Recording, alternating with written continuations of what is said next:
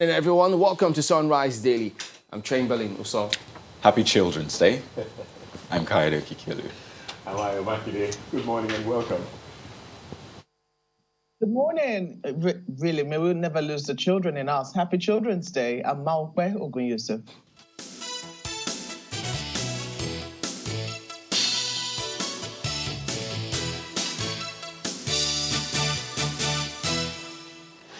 Welcome back. We've got Mr. Sonny Iroche, who is a former director, finance and accounts of the TC, and he joins us this morning to shed light on developments in the power sector.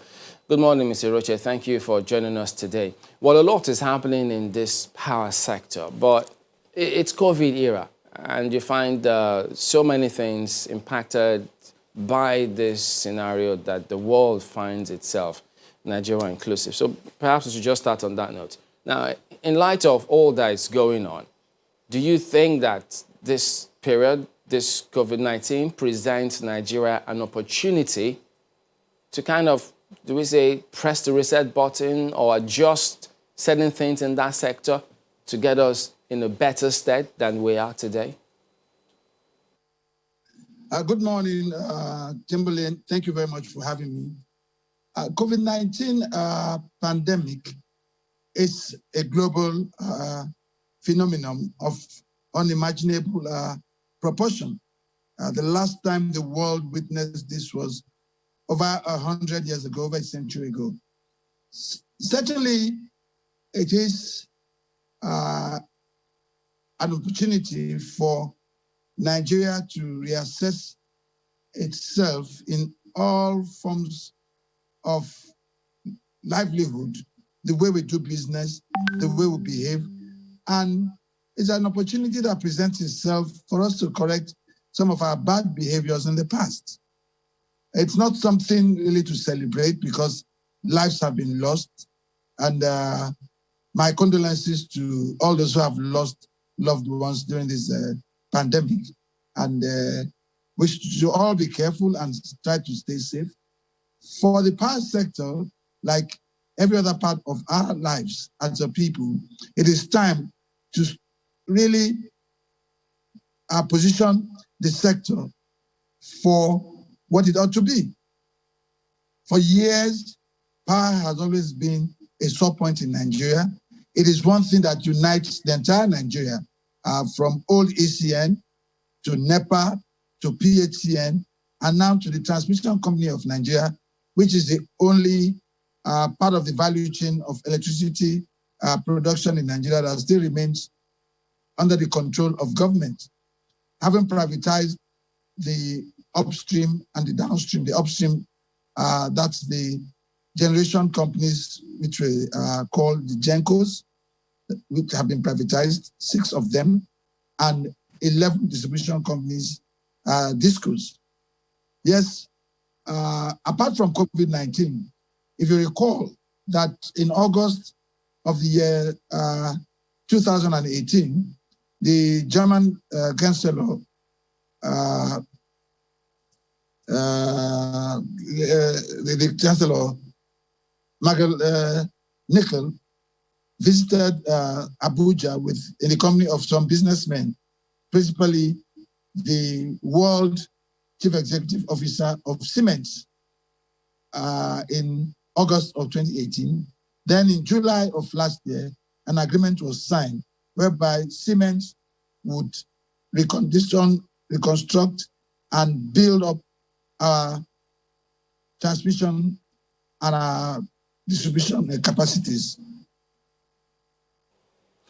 Now, if you could pick it up from that point, about that particular agreement, because, I mean, some of the impressions and the articles that you have written, you did itemize some of the challenges and suggested some things that ought to be done. Now, in consideration of this agreement, if this agreement were up and running, wouldn't it take care of some of those concerns that you have raised? Certainly would. First and foremost, a lot of blame game happens in the power sector. I do not fall into that category. I fall into the category of how do we solve the problem? when these assets, the old PHCN was unbundled in 2006, it used to be an integrated power system which integrated generation, transmission, and distribution of electricity.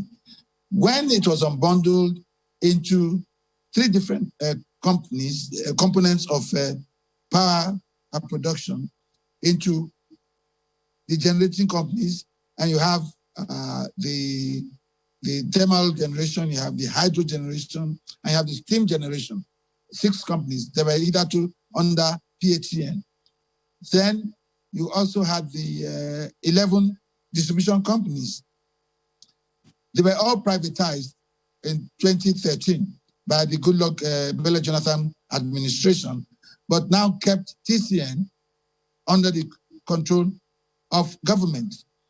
Part of the privatization agreement that was signed with the buyers are the new investors in these companies, particularly the distribution end, was that tariff was going to be at a cost-reflective regime. What do I mean by cost-reflective? Power, like every other product, has production costs, and the investors have a margin of profit to be made. But when this whole thing started, government did not live to the letter of the agreement and tried to direct and dictate the rate at which electricity is sold. My heart goes to Nigerians that we have suffered all through generations of poor power supply. But then, just like, just in terms of pricing, just like in GSM, because GSM, telephony, and power are totally two different things. They cannot be compared. But when it comes to pricing, government or the regulator can only guide, but you don't dictate the cost at which the product is sold. Because a cost-reflective tariff means that all factors of production have been captured to determine a price at which investors will sell and recoup their investment, not overnight, but gradually over time. It's just like any product, like soft drink or any beverages that you have, or any product. The manufacturers manufacture and put a price label on it. So also should be the power sector. And also the rate of what we call the aggregate technical, commercial, and collection losses is one of the highest in the world in Nigeria. Aggregate technical losses are natural losses when power is being moved from point A to point B. You try to reduce it as much as possible to the barest minimum. Then the commercial losses are losses that you witness when people steal electricity theft. And collection losses is the mentality that Nigerians have, that power should be free. That the power companies are Santa Claus. Therefore, they steal power it's like someone stealing your product. Yeah, so right. But if I could ask, power theft. Well, before you go further, on that tariff, much as yes, it's always a huge talking point, but we also do know that the NERC did say recently that, look, this is not the time for them to adjust tariffs. So that's one important component. What do you suggest be done with the tariff if they say, look, they can't do that now in terms of adjusting it? Under the COVID-19 regime, yes. But prior to that, the multi-year tariff order of NERC makes provision for minor review and major review of the tariff. Minor review after 2 years, major review after 5 years. I'm not aware that the tariff has had any major review in recent times. But now with the COVID-19, whereas other countries of the world are giving palliatives, including palliatives on electricity, it would be inhuman for me to start craving or demanding tariff review at this time. You have raised a lot of issues, honestly. You've talked about the investments, the power deal with Siemens. You just talked about cost-reflective tariff, and thankfully you have said maybe not now. You also raised the talk generally about improving the power sector in the country. And I understand that the TCN is your forte. Now, you've seen the recent trends in the TCN, the activities of the minister, the back and forth. How does this add up in that big picture? I've always said that there is no Nigerian way of doing anything. It's only the proper way. TCN has been without a board of directors for a while. And the memo and articles of association of that company vest the power of the board in the supervisory ministry of any government parastatal. In the absence of a board of directors for TCN, the Ministry of Power, under the Minister of Power, is vested with absolute power of the board of directors. And if the board of directors of a company takes a decision, that decision should hold. So it's not the first time that chief executive of TCN has been removed in the normal course of business. So I think it's time to move on. And what is more important now for TCN, the Transmission Company of Nigeria, is the Presidential Power Initiative that is being anchored and championed by Siemens of Germany. As you are aware, the agreement makes for Siemens to get funding from the Export Credit Agency of Germany, the ECA, and other financial institutions in the world at concessionary rate, of which Nigeria is supposed to provide 20% counterpart funding to the project. Siemens would look at revamping, refurbishing, and energizing the power sector from the transmission side and the distribution side. They have the capacity. Siemens is a world-class company. In fact, my first few months in TCN, assumption of duty in TCN, I looked at the whole place holistically from both a technical and a financial point of view. And one of the things I saw was the absence of international companies as contractors in the TCN. And my short analysis, I asked questions. Where are these where are these big companies like Siemens, Marubeni, and those that are known for power, GE? I didn't see them. I am an advocate for Nigerian contractors playing the league at which they are best at playing. But when it comes to power, power is serious business. It's not Mickey Mouse business. And if you look at UAE, for instance, they try to get the best people. And everybody is talking about Dubai, Abu Dhabi, and the rest of the countries, the Emirates, in the United Arab Emirates. What they do is go out and get the best. Nigerians want power like yesteryears. They don't want any excuses. We can't continue to give excuses. Nigerians are not interested in who generates, who transmits, or who distributes. All they want is when they turn on their switch, light comes. And the president of the Federal Republic of Nigeria in this administration, President Buhari, has done the right thing by getting Siemens to do it. And anybody who does not cooperate with what the commander-in-chief wants to happen, particularly in the power sector, should leave. If you don't agree with Siemens coming in, then you take a bow and go and move on. Well, there are too many And issues also to deal with on this matter. There are too many issues to deal with on this matter, too many questions to ask. But then there was something critical you said that as far as people are concerned, let's just switch on the light and go and, the light comes on and all of that. For you to move forward, there are too many stakeholders. TCN, GENCOs, GISCOs, and you have also said in an article you wrote that the weakest link in the weakest segment of the link as we speak for you is the DISCOs. What must we do now, urgently? Siemens, whatever it is, whatever permutations are there, what must we do now to move quicker, as quick as possible, so people can have the kind of power sector services that they need? The power agreement that gave rise to the privatization had some agreements that government should hold on to, should abide by, and also the new investors. You see, in the power value chain, let us not blame just one particular leg of the value chain. All in the power sector have sinned. All have sinned, not just the discos. And electricity is dynamic. Today, the discos might, for whatever reason, reject load.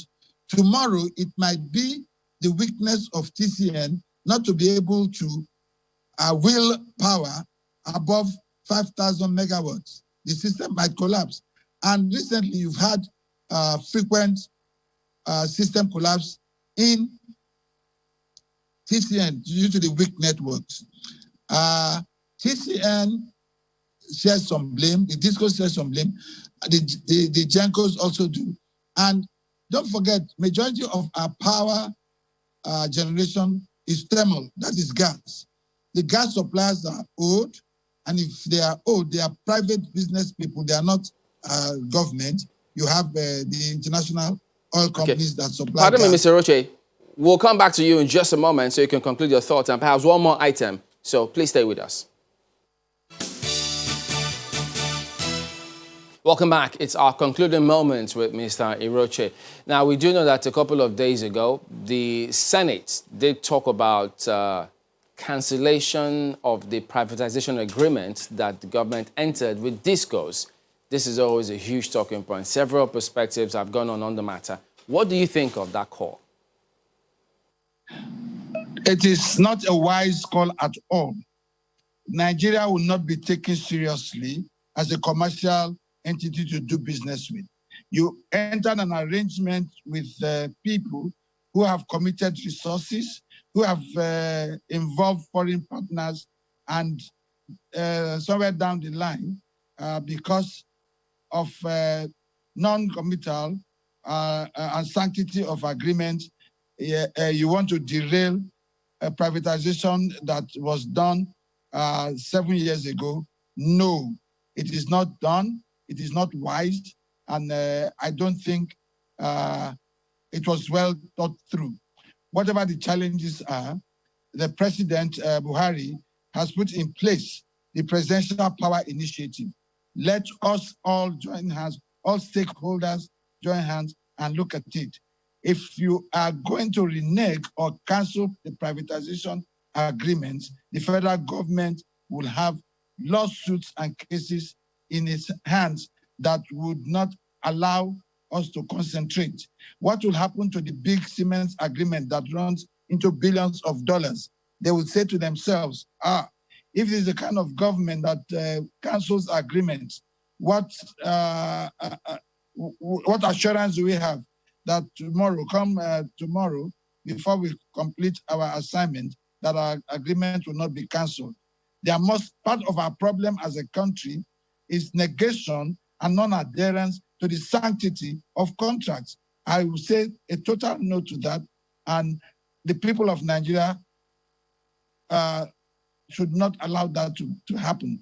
They should speak to their senators, they should speak to their representatives when they go back to their constituencies, that please respect this. Yes, power isn't working, but look at the reason why they are not working, not just by cancellation. You cancel the contracts and hand over to who? To angels that will run it. Of course, they are usually post-privatization challenges and crises. It is the way the Senate and National Assembly should sit down and in the light of what you have just said, just one moment, Mr. Roche. In the light of what you have just said, you have also said, again, that, we are having issues with that sector, which is the DISCOs. What would you propose? Would you call for a renegotiation? What kind of things do you think we need to tweak to make the DISCOs more effective? As we speak, the federal government of Nigeria still has 40% shares in the DISCOs. They are perhaps the single largest shareholder. What should happen in any company that is bleeding? Yes, you recapitalize. The federal government should immediately reduce its shareholding in these companies to as little as 5% or maximum 10%.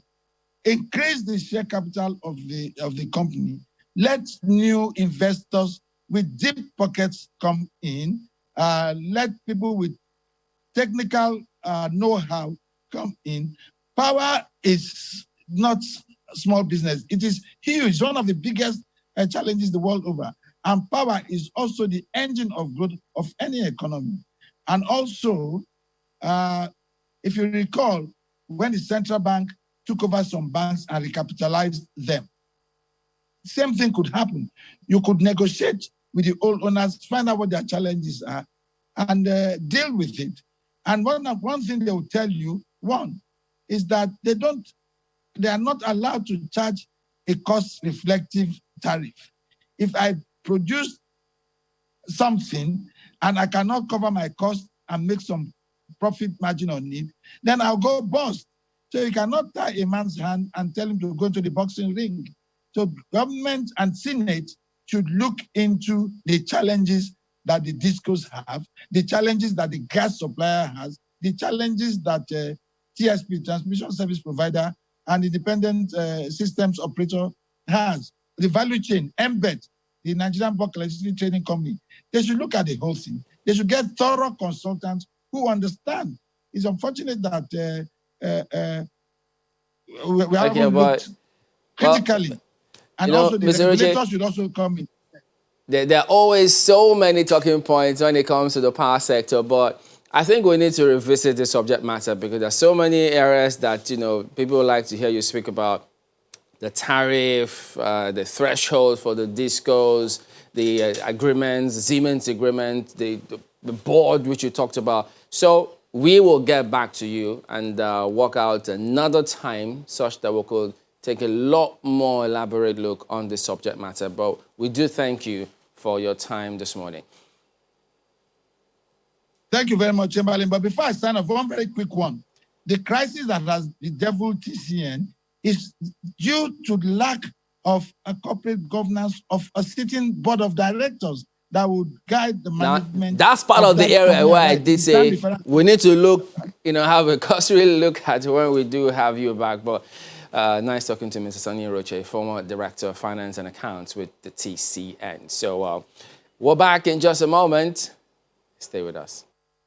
We were able to pull in resources, medical resources, from our state hospitals, our local government, primary healthcare centers, the teaching hospitals around here, and private health institutions. Our target, our goal from our plan is to screen 10% of our population. We have about 5 million people in Edo, so the goal is to screen 500,000 and to test 10% of that screened population, 5,000. To date, we've screened 200,000, and we want to make a big push in the next 2 weeks to get to our target 300,000, which we are very, very optimistic we will.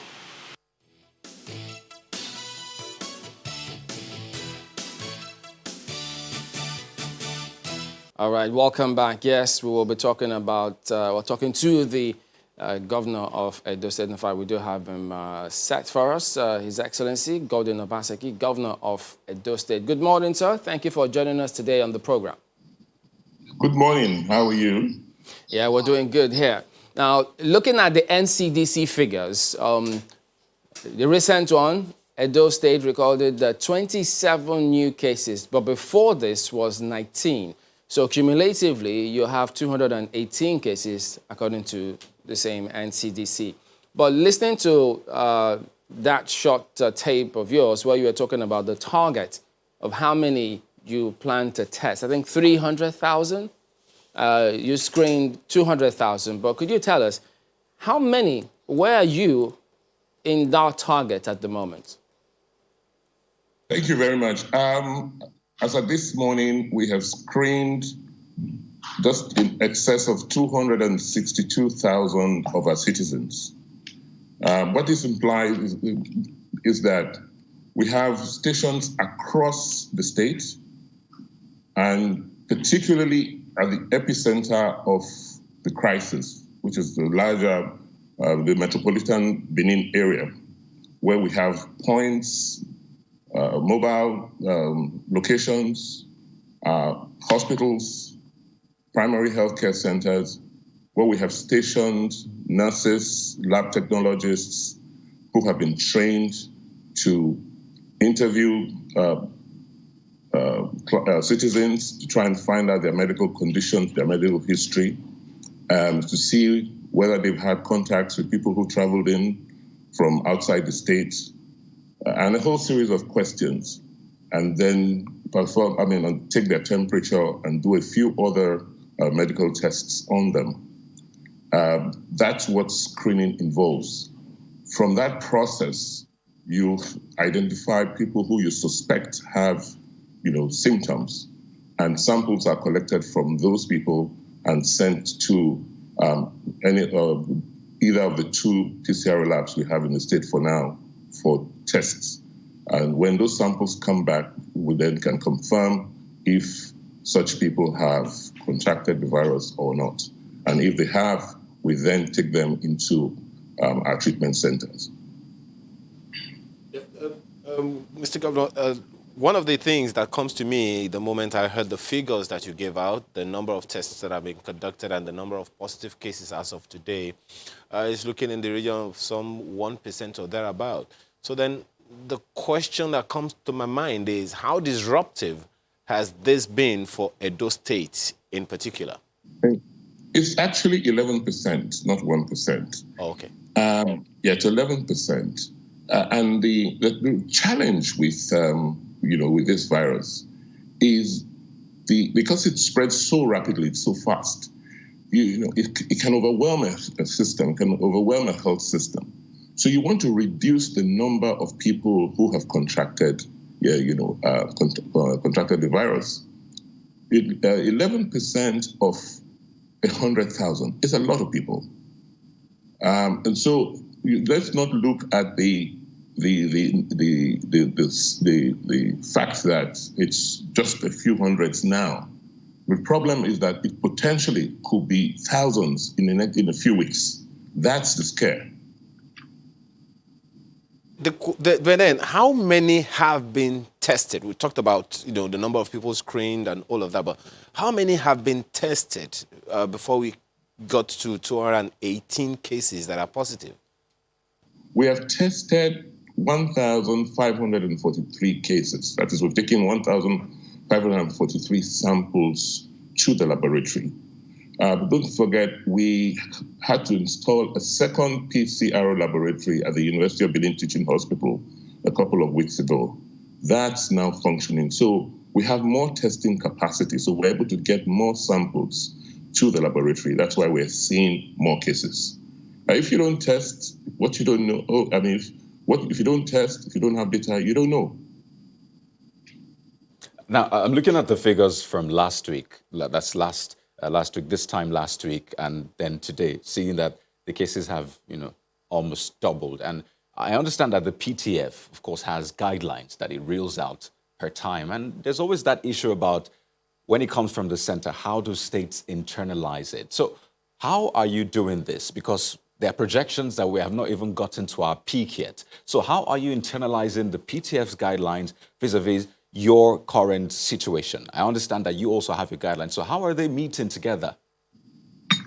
The guidelines are aligned. The challenge we have is that COVID-19, the virus, is now in the community and spreading fast within the community. And in aligning with the guidelines, we had to focus a lot more on risk communication, getting our people to know that COVID-19 is real and it can kill. And I don't know of other states, but you cannot go by any streets, any major streets, without seeing information, flyers, banners, giving information as to what to do with social distancing. You cannot go by, you cannot tune into the local radio stations or television stations without being bombarded with a lot of information. It is because of the level of awareness we have created. That's why many more people are coming out to come and get screened. And by doing so, we now understand and know how much penetration or how much spread this virus now has within our communities. The other thing we have done, according to the guidelines, we have almost 100 contact tracers, and we're doubling that number, who follow up on every case that is reported. And that way, we are able to get people who we suspect or people who have been in contact with positive cases to get screened and tested. And the truth is that we're going to see these numbers go up rapidly in the next couple of weeks. And it's not strange. It's not something we didn't know about, because at the onset, we sat down with our specialists at the Iroa Specialist Hospital and University of Benin Teaching Hospital to undertake an epidemiological survey, of this virus for Edo State. Don't forget, we are a state that is prone, will be prone to the spread of coronavirus because we have quite a number of our citizens who live abroad, particularly in Europe, and many of them started coming back home immediately as soon as there was an outbreak in Europe. So that's why we decided to take these measures and make sure that all the measures we've taken are totally aligned with the NCDC guidelines, and which have been further amplified by the PTF. Now, there are those itching to fully reopen economies. There are those pushing for it, saying that we need to take care of people's livelihoods. And this is a tricky part. When you say that, these guidelines are aligned, we're waiting to see what will happen at the end of this extension of the East lockdown. Will we move on to the next phase or stay in this phase? In the event that the PTF says, at the federal government level says, well, we're staying in this phase, and you have enough data to think, let's move on to another phase, how would you handle that? Yes, we aligned with the PTF, but there are some variances. For instance, from the onset, we never totally locked down Edo State. We knew that we had to, undertake that careful balance between between living and livelihoods.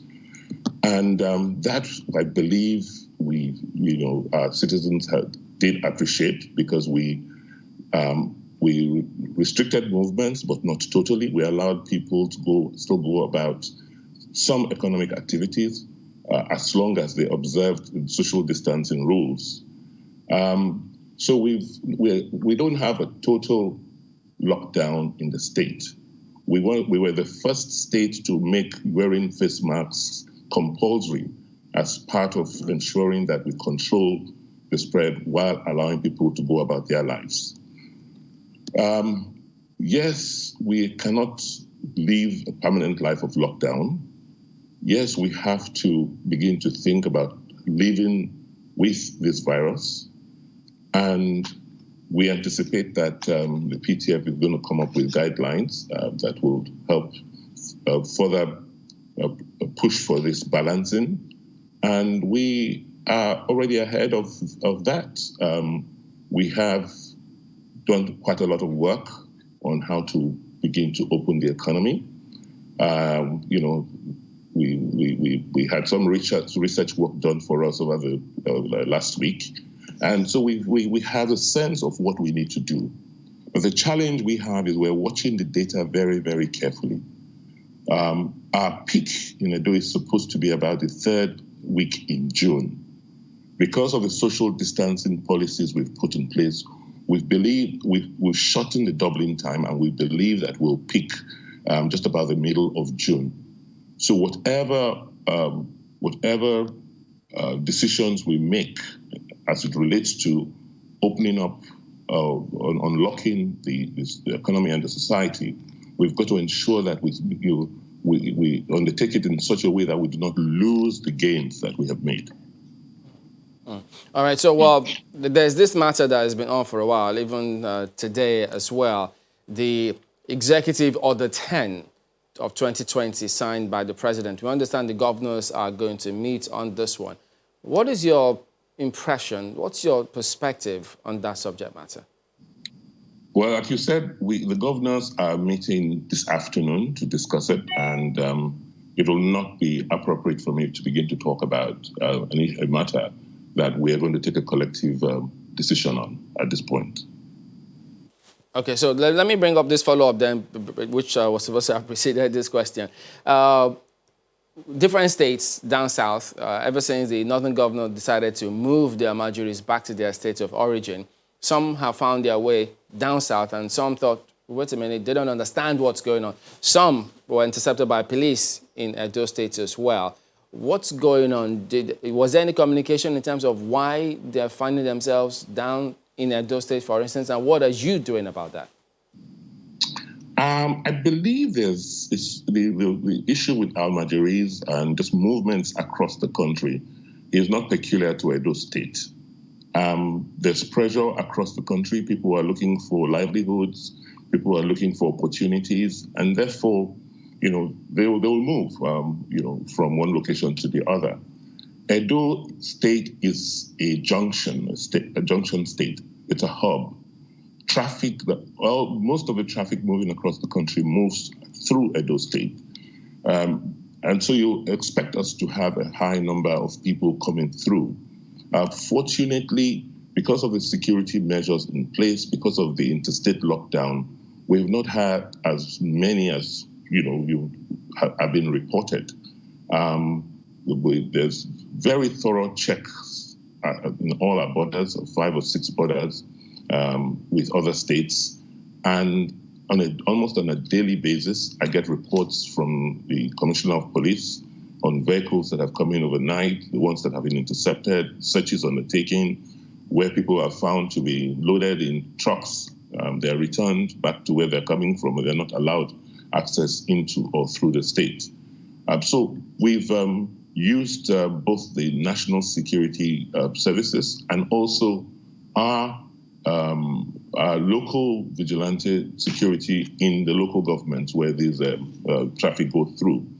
The other thing we've done with the borders is we have screening points. You can't go through Edo without being screened. And in some cases, we have rapid test result kits to check the drivers, to check the people who are accompanying the essential goods. Your Excellency, we'll come back and then get a quick response on that rapid test kits before we then talk politics. Please stay with us. Welcome back. Well, we still have His Excellency Godwin Obaseki, Governor of Edo State, speaking to us today on developments in Edo State. Well, Your Excellency, about the rapid test kits, which you say it's being used on the drivers, but NCDC has said time and again we should not use the rapid test kits because they are unreliable. There could be false positives, as it were. Why is this still being used? Well, first, I am not sure that the NCDC said you should not use them. What I heard the NCDC say is that they will not accept the results from those kits as official. However, what we have done is to undertake some study on some of them. It's not every kit we use to understand the sensitivity of those kits. And, some work was done with the specialist in Iroa Teaching Hospital, and we then selected the ones we had evidence that were quite sensitive, and the level of accuracy is above 80%. What we do, because you can't keep trucks or vehicles, within the state and wait for test results that will take PCR test results that may take up to 2 days. What we do is to use this rapid test kits for validation. So once there is when we have the reason to suspect a person, we then administer it, and if it shows positive, then we then refer that result to. We then take samples and still send those samples for further PCR testing. So the rapid result kits are not the final test in themselves. They just help give an indication if the person concerned, the citizen concerned, may have contracted the virus. Okay, because I'm looking at their Twitter handle now, and they did responding to a question which people were asking. That's the NCDC, where they say, "Can I test myself?" And then NCDC replies, "No. Remember, there is no validated rapid diagnostic test kit for #COVID-19. These rapid test kits can provide false results." And then they have this in caps: "Do not use." That's what's on their handle. Yeah, what we've done all over the world, rapid test kits are used. What the NCDC will not accept those results because they are not official and they've not been tested by, in a molecular laboratory. So all results or all samples still have to go through that NCDC process. But for us, in order to have an indication if a person may have contracted the virus, we then administer these rapid tests, particularly at the borders and at night, before we now make a determination whether to take samples from those people who have now been tested, we now have an indication beyond just the other symptoms of temperature and the profiling we have done. If we have reasons to suspect that we suspect that they could be affected, then we then administer the rapid tests. I mean, if it proves, and the ones we're using, and the ones with very high sensitivity, and if we pick the virus from that test, then we then take samples which we then send to the NCDC approved laboratories for further testing.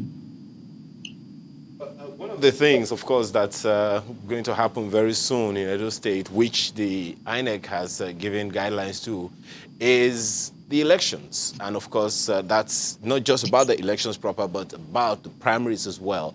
So as government, as the chief executive in charge of government in Edo State, how is government preparing for the politics and the elections coming up in Edo State very soon? Well, you have to be alive to participate in politics. You have to be alive to be voted for. And so for me, at this point in time, my priority is to keep my citizens alive. It's only when they're there will I now be able to solicit votes from them. When I have mortality cases going up, elections cannot be the priority today. Yes, we will participate. I trust because of the amount of work we have done in Edo State and the relationship we have with our citizens, getting re-elected will not be a challenge or a problem. What is a problem for me now is keeping my people alive. Yeah, because, with all that work, if you endear yourself to the heart of the people, they certainly will want to see you back to continue. As a matter of fact, the APC only recently, they say they've granted waiver to Ize Iyamu and that he will go ahead and contest the primaries as the candidate. What does that do to your chances? Well, as I said, I'm not bothered. I'm not put up at all. The evidence is out there. As a governor of Edo State in the last 3 years, we know we've done well. The people say we have done well. And therefore, any contests will be no contests if it's not manipulated. But my party is a lawful party, and they'll do, I hope, and I pray that things are done properly and in line with the party constitution. As long as they do that, we don't have any issues at all in Edo State.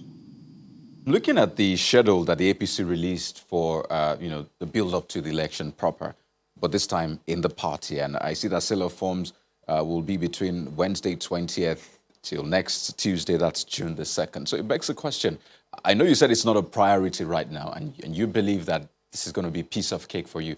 Have you picked your nomination form? What are you doing in the build-up to that?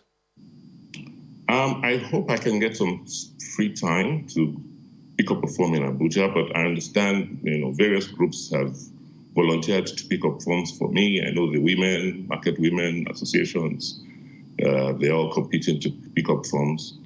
I'm sure by the weekend, I'll have a couple of forms that people would have obtained for me because they want me to contest.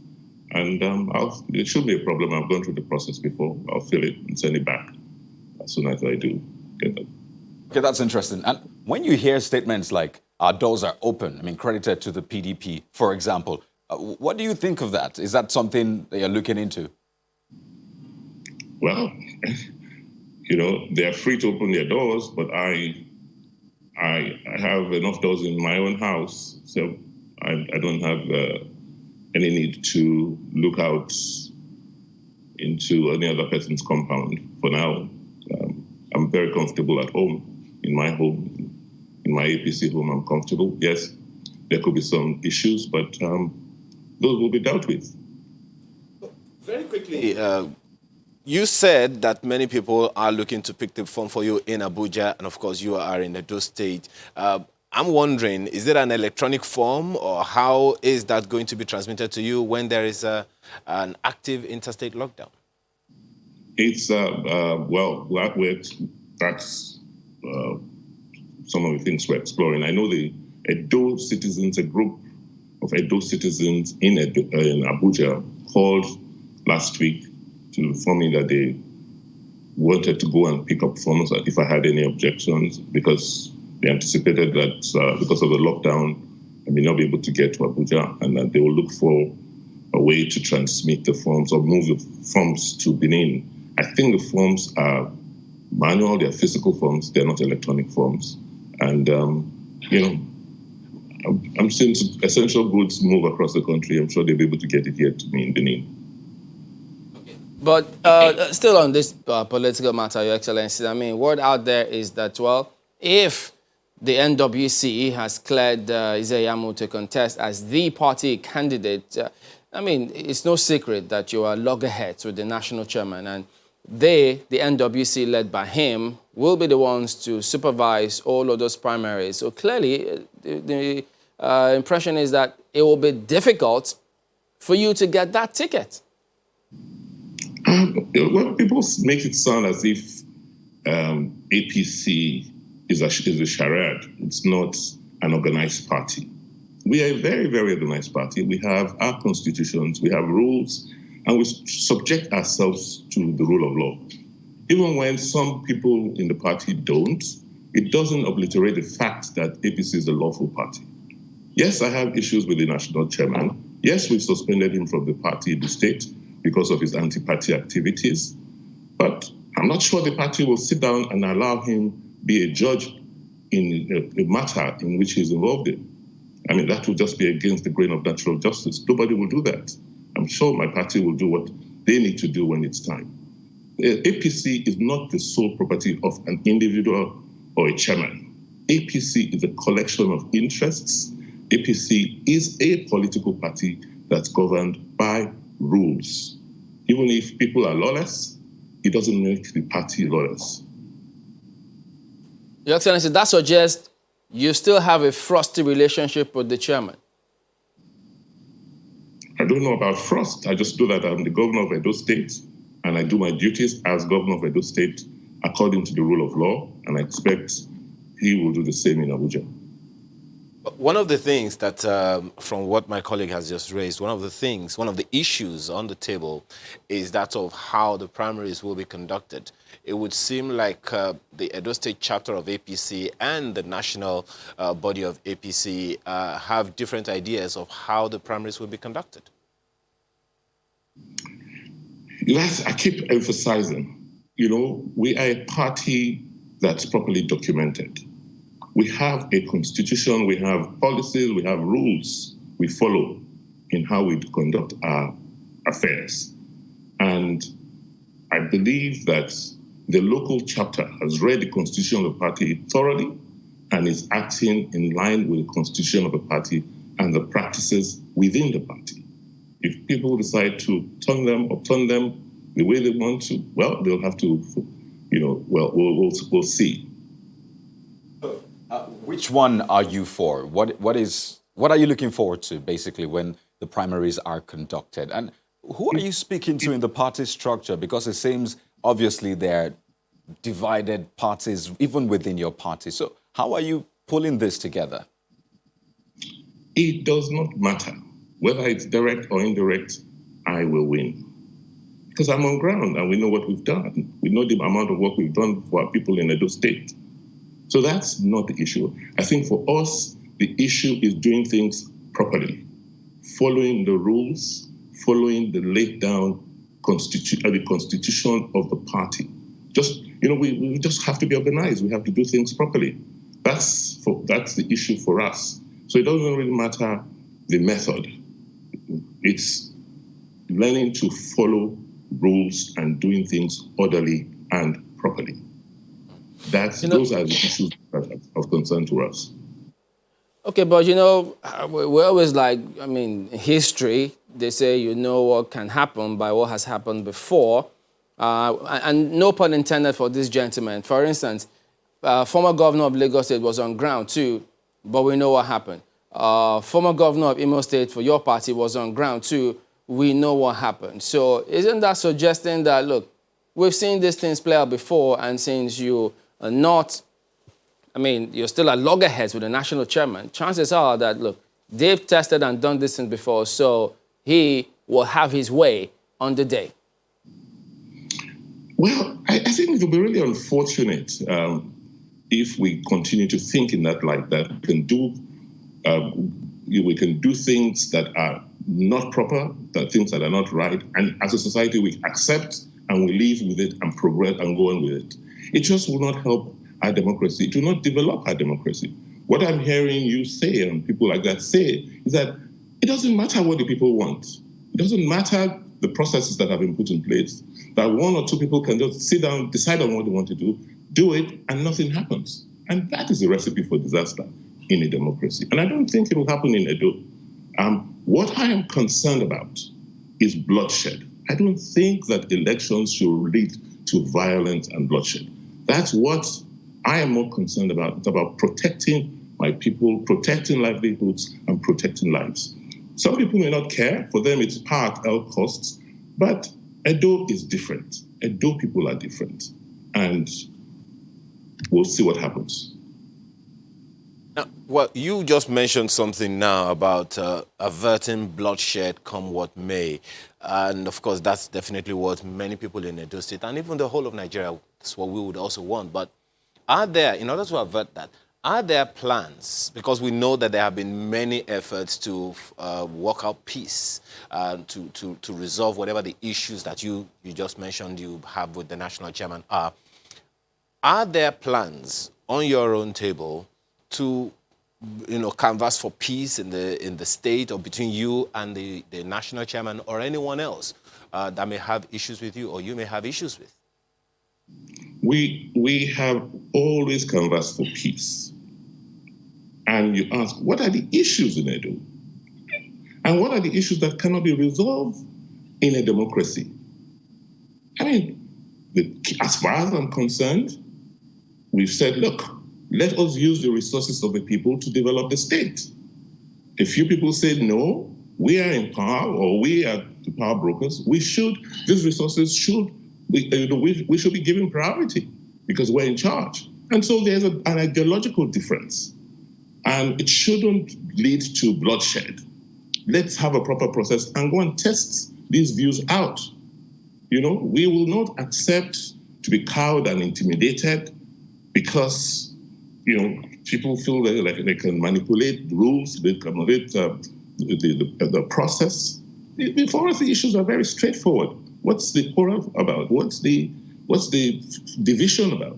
Let's test it in the public space. That's all we're saying. And that's Your why Excellency, isn't it the same resources that were used to bring you to power? No, but I don't know the resources were used to bring me to power. I worked for 8 years behind the scene to create what we had in Edo State before I became governor. I have personal resources that I spent and deployed. I have friends with resources in this country. So all that insinuation about using, somebody's resources, and having become governor was the idea for me to continue to do things in the old way or make progress. I thought that's the mantra of our party. So yes, I became governor on the platform of the party. I'm grateful for it. And, I was helped, assisted, just like everybody else who's been able to get to power has been assisted. But having been in power, what do you now do with it? Do you serve a limited interest or do you serve the general good? So, are you insisting on getting this at all costs, the tickets, contesting for the primaries? And if that doesn't work, what would you do? I don't know about all costs. I just believe that we have a president, we have a country who believes in the rule of law and will allow things to be done properly, fairly, transparently, and openly. It's when you not short-circuit, you short-circuit a process, you manipulate a process, then we'll deal with the consequences of it, which is really unfortunate in the development and evolution of our democracy. I am not a violent person, never have, I've never been. But I'm just confident, because the way I got into power, that same way, I'm sure I'll retain power. Somebody brought me into power. Somebody gave me power. And it's God that gave me power. And as long as he's, alive and he wants me to continue, I will. No man can stop me. Power comes from God. That's an interesting soundbite and where to let it go. But we do thank you for talking to us this morning, Your Excellency Gordon Obaseki, Governor of Edo State. We wish you all the best. Thank you. All right, so there you go. We will be back in a moment ourselves. Stay with us. Okay, so there you go. Do you have any emails or comments this time? A couple of tweets, really. Okay, let's hear them. Tweets concerning, the interview we just had with the governor. It's always a very interesting topic. And you see this one from Joseph Dari Olowa saying, one of the best way to test a man's character is how he deals with the finger that feeds him, irrespective of what happens after the feeding. I'm not sure what he's insinuating, but that's what he says right there. And, it's quite interesting, the kind of responses we're getting. So let us know what you think about, the build-up to the Edo elections, especially the fact that the governor says he doesn't want bloodshed. And that's something we have always talked about. And seeing the build-up, we wonder what the parties are doing to ensure this doesn't happen. So our Twitter handle is at Sunrise Daily Now. Let's have that conversation. So what you expect of the coming elections in Edo, Ondo, let us know. No doubt this is going to be very novel because we actually have a very novel issue on our hands. No pun intended. This election is definitely going to be novel. But then we really see how it goes, sincerely. I don't know. I know what they say in politics. What you see is not always the case, and 24 hours is a very long time. And then elections happen amid COVID. Yeah. Who knows if that's why it's novel. How it might have evolved. You never can tell. So there you go. That is the show today. We thank you all for watching. We'll see you tomorrow. I'm Chamberlain Uso. I'm Kayode Okikiolu. Like Mark said, let's always keep the child alive in us, In other words, happy Children's Day. That's how I was on IG yesterday. IG Live. Okay. Should be live again someday. Yeah. Anytime soon. So watch that space, guys. I'm Ayo Makide. Have a wonderful day. And I'm Malcolm Ogun Yusuf. Thank you so much for watching.